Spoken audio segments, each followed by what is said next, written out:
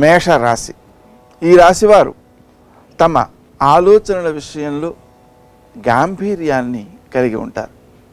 అంటే బయటికి వ్యక్తీకరించరన్నమాట. వ్యక్తీకరించకుండా ఉన్నందువలన కొన్ని ప్రయోజనాలను సాధించగలుగుతారు.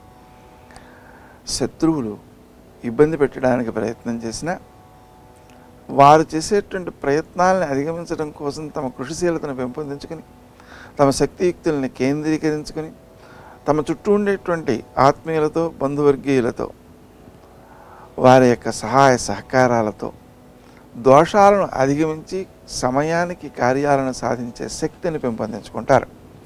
తద్వారా శత్రువుల వల్ల కూడా వీరు ఉపకారాన్నే పొందినట్లు అవుతోంది. ఆరోగ్య విషయంలో కొంత జాగరూకతతో మెలగాల్సిన అవసరం ఉంది.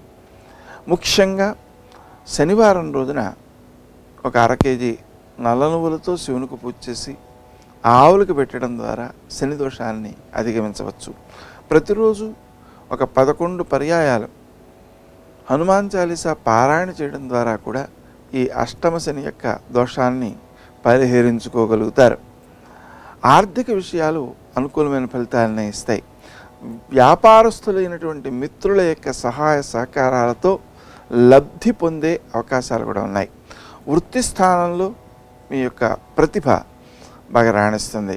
పై అధికారులతో మీరు పెంపొందించుకున్న అనుబంధాన్ని మరికొంత స్పష్టం చేయడం ద్వారా ఉన్నతమైనటువంటి సత్ఫలితాలు పొందే అవకాశం ఉంది. ఆరోగ్య విషయంలో కూడా అనుకూలతలను సాధించే అవకాశం ఉంది.